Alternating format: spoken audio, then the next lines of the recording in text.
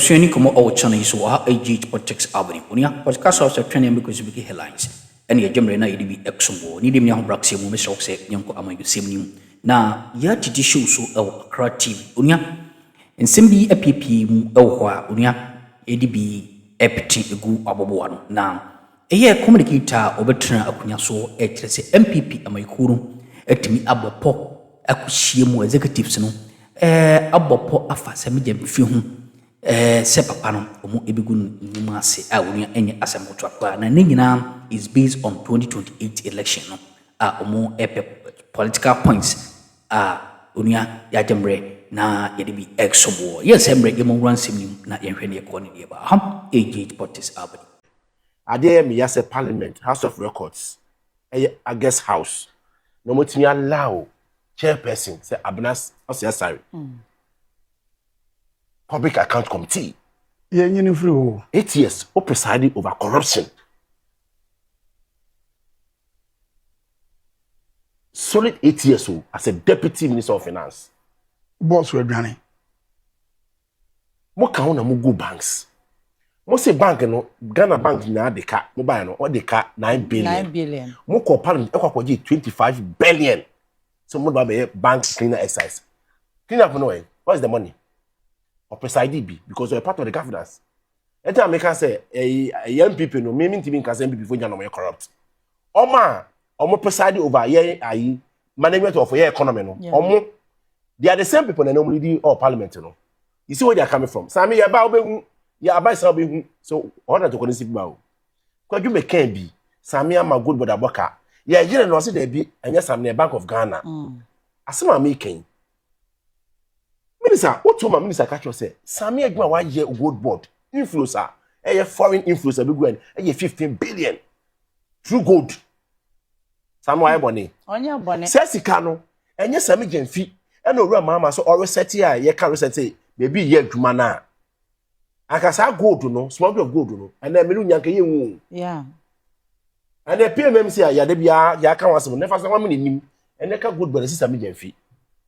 A day. What you money Sammy Gyamfi so and now because of Sammy Gyamfi and what is happening and you can say go to no mama small gibiana and then basu because NDC will still win power 2028 that one there it will never happen say NDC will go to position and there will be and the informal baby say sadia sane peno so ababa kana say is it kwase dollar near 10.9 me see I say ni keta kasen bi tana Sammy okuedi Sammy Gyamfi Kojo Papa kama ya economy ya aye fese de ene ono omoka kojo papa di intro to Sammy Gyamfi so I think the time be pain say me nuanom say almost Sammy Gyamfi say sika no or the share exchange with mu dia ene aka ye pene sa de be ye ho beto yen ampo force say wan wia say wan di ene ubo Sammy Gyamfi din a esi gold board into ochire bi say Sammy ni ho biem na ne ma etiasia ubo ne din a so opa crap yes kra oba obewie sika egbe ade ma no atimi ahwesu ye na ye digu abete me dey say Sammy ko read law sa be lawyer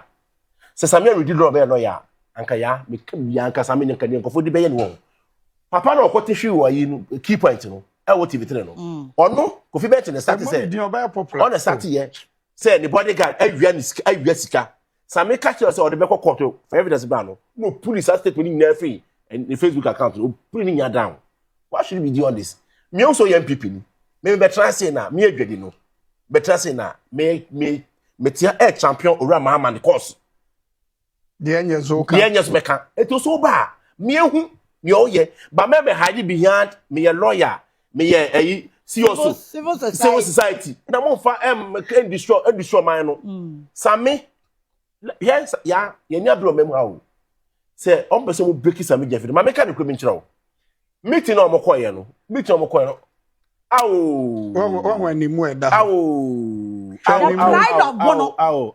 Where you the pride of Bono region. Your son is so baby. A crapping for that. Even you be see our belly, a crapping. Where your pride of Bono. Bono for Sammy Okuban, so name that. They say you Sammy Okuban. Bono, your nobody can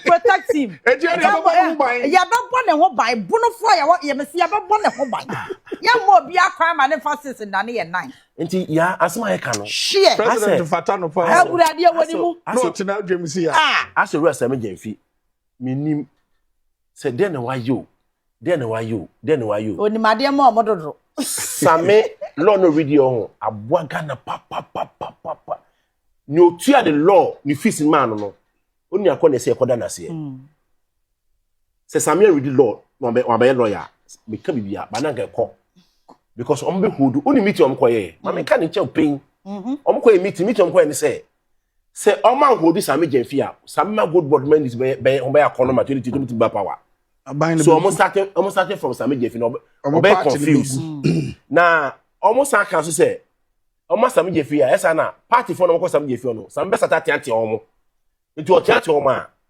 omo de bufuo e na say o ko Sammy ho na o say Sammy ahomaso nti esa na party start complain grassroots start complaining sa that agenda nti omo hu say still na say boys no still almost omo compact ye ka Sammy asema na boys be different Sammy Gyamfi nti omo hu a omo de omo penetrate and Sam George so muso mutimi ko ho ho no de ende mutimi ko ho esi Sammy Gyamfi so no ho so enfa and the Jesus so esi ho enfa nti aka ba bia o ma ba so they want to use the market o be so musu market no na o ma start attack aban no na bo so kan so de o so do mutimi ba because o mo ye enfa because ho no association na wa quite tight ya wo hu ne point ka o mo bo because the moment an ka o be bo wi abuso kan pe yempene na social yempene na bo sa fe de start agitate na buko abuso kan ya kasa setima kana yerifo na kasa no ko guta da ho no abuso kan control 60%. Oguta mo ye 13 pe wa mo abuso kan da ho no ene control asana ko spare parts ne wo kumase so once kumase wo mu ache your guard is one your spare parts one ho nkomodi e course no anfa because abuso kan enya adwuma sabane yade na enya enyom na mbeka che sabane yade enya ye ni ye beka mo na mbeba beka abai bai ye bi oye fa tuoto ho am ba ye beka se beka so se ka se mo adwadi fo ye pede yade na ye kan abai ye beka so obe hadi bi enya adwuma enti owura Sammy Gyamfi de mesre mo is about time a ese mo post ka enya adwuma nya no na enfa Sammy mo so be da o da no ada because Sammy wan kasa keke Mrakabaye kosua e building the communication in around Sammy Gyamfi and then if me Mrakabaye kwapim ni anka ni da so say kwapim for there and then say the NDC for so munya tumi a eya mo so mo form ni twa kwapim for no so kakra wai mo ba kwa ase mo ngwe kwapim for mu sa wo e kwapim ni ben na oye vocal NDC mu me ku bi na obi say obi so betimi ya twiniti dem bi ye hu bi ye say be na oguso a wo so mu because Mami aye kana say me or you younger na say or you old woman. Oh, you in between. Okay. Sa Mami aye kana say me ona no ye keno for that deputy o. From 2017 to 2025. The criminal fugitive na wabuban ya wadwane. I na ono to obi man so one nkura na ekon American visa ho no. Sa Mami Abayiwa usabrewa also you in between. Oh, you in between. Okay, Mami in between. Ona no ye Kenoforata deputy. Yeah. And Semuning class sama Kenoforata din wo krom ha nyina no. She was deputizing Kenoforata. Bosi omo born wo krom ma Ghana TikTok from no nyina no. This woman na oye the chief we no obo Kenoforata. Echidom ano ne ni disamre no. So if she quickly turns around to appoint accusation fingers on Obia, the question is about credibility of the person or Kasano. And on some now more canon, and to me question is Entisenka IMF amfa report to ama enti opposition not to kruma na brabe na obo enti nko ma ya fan say IMF amfa report to ama nka omonim what is happening at go board ana. And again, so good board issue no more kana. You see, it's pure politics. Yeah, pure politics. The last time I culture said you need to distinguish between the your friend saying domestic gold purchasing program from the Sammy Gyamfi's operation. Yeah. The domestic gold purchasing program no dia abra Kenoforia tan sa maami we bon kwase abosia to a point Ghana kwa abonten a obi ase oma yesika no na ye ntimi mo abosia no na dollar hwan ye den enti na ye ni dollar yeah enti ye ni dollar no not the only thing is about falling on gold. That is why Baumiaka said oil for gold, that kind of oil. So the central bank started buying gold. Or keep be our reserve. Now or the be also exchange for oil. So at the time, Dr. Baumiaka said the initiative of that particular program wasn't for profits. Yeah. But was some way of a policy engineering the central bank was doing to get your friend saying gold, solid gold. I want a reserve because you can't reserve. You can have solid or liquid. Yeah. Liquid, no, the dollar. The solid, gold. So you can have any of them. This is solid money. Yes. So at the time, because we were not borrowing, we were not even able to service our debt, Now you liquid nibi. So we have to fall on. So that's why the central bank started buying gold. They were buying at a rate not different from the rate at the ordinary people because government was an emergency trying to accumulate these things because there was an emergency. And said the design of that particular policy, not for profit. Now, for a policy intervention just to address a problem. And wow, create problem, no? Wow, create intervention, no? Was it a profit? Into which means they were making losses as far back as 2022 till date. And this why do you expect the today Bank of Ghana to so on the other day and magician on the Odibra and a Bank of Ghana Odibra does it even make sense? And again, almost say your friend is saying Sammy Gyamfi outfit na kwakoboka, which is not true because you see Sammy Gyamfi operation is totally different from Bank of Ghana. But Sammy Gyamfi's outfit is being used as an instrument at Bank of Ghana at the FHS in the gold. Or Bank of Ghana any license to go to the grounds of Okoto Gold. And then you want a gold board. Exactly. This is common sense. This is common sense. And then the Sammy Gyamfi outfit is just an instrument the BOG is using in getting the gold. Yeah. It doesn't mean say Sammy na Okoto Gold no waboka. Because Sammy outfits are different from the operations of Bank of Ghana. So if there is any debt in the books of Bank of Ghana, Argentina chin yeah, the question Sammy Gyamfi on na ye den. Now no me call your program is na professor be say na Bank of Ghana boka na say for me say hey the chroma hypocrisy pa dey. Since 2022 to date, Bank of Ghana enya positive equity, omo negative na enyi ko nanim. And the bank na okra over 50 billion in negative way no. How do we expect it? Obi ba ya magic. Omenya mfaso. Does it make sense academically? Is it reasonable to make such an argument? When we have all told ourselves the Bank of Ghana and ton your friend saying nkukon kitinkiti. And omuntu petrol. And your profit-oriented entity. Policy intervention and as for no. And the water no one negative equity, no? Yeah. Negative equity is so huge to the sense that they can be turned around because at the time, bank cannot that debt, you know. Now we will see Bank of Ghana headquarters. Over millions of dollars. Now more to gold chain, chichama workers. Now you to iPhone, chichama workers. You ya hoka allowance 500 million per sitting. Samre no who Bank of Ghana come na but today you are complaining. So my point is the Sammy Gyamfi outfit, which is the gold board, is the reason why Ghana economy today briefly because of the fall the saying sikana odeba chroma say because my culture is over the years and major challenge because of your forex inflow sikana but you see because of gold boarding your cotton gold na sikani nyina automatically coming back to Bank of Ghana into our forest way say Bank of Ghana was sika to the stand say na no me say na man for complain say your friend saying central bank push sika into almost artificial injection that is a joke now no me culture we say this is a century old economic tool countries over the years central bank used to prop up a sagging currency and I can take you UK that you can Google, obviously, you're afraid to be Black Wednesday. Black Wednesday because that is where the sterling tumbled. And the UK had to intervene using the same mechanism. If you go back to Japan 2022, they had to pump $42 billion by the Japanese central bank to prop up the yen. If you go to the same country, April, May 2024, the central bank had to put in $62 billion.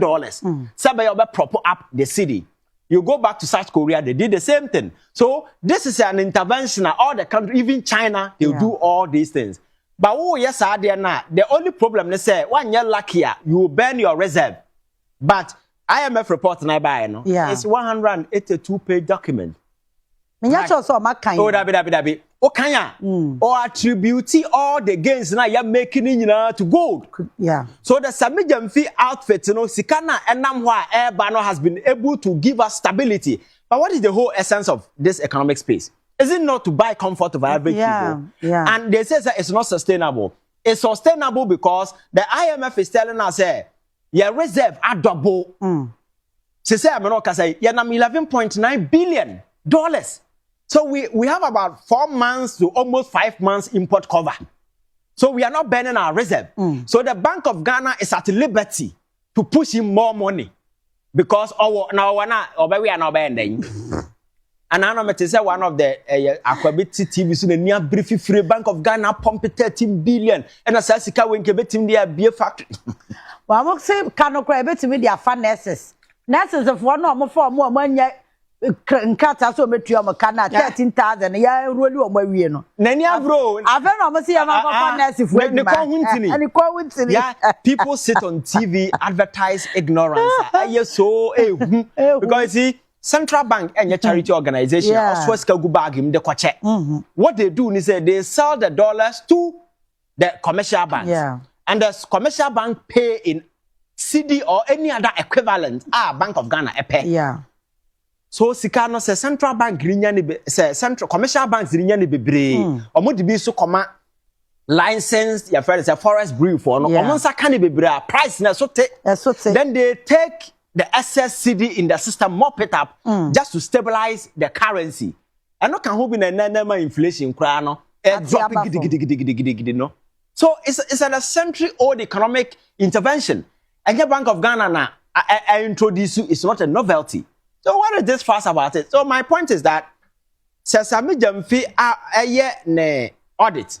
Yeah. Now at the end of the day, about tabon things waboka. Obi abeka ho asem. But our brand telling you more car. Men for some fire can question the con. When you know say adwuma na oye no enam no so na ene cedi no nam 11 cedis ene. Enam no so na ene okwa pot na asefo ene fuel prices na asefo because you see say dollar no stabilize here. The effect no a chain. I affect almost everything.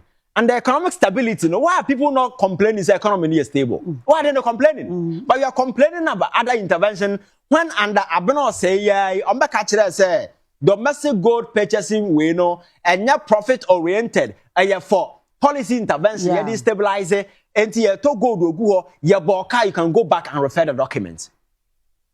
And what has changed today, that brings in the hypocrisy of these people. Say, your more is better. So these are people who feel they are better than other people, and that is what I'm. We in some who channel so, Mam and what's so Jim Red, as so what in the Domini, yeah, it was an issue.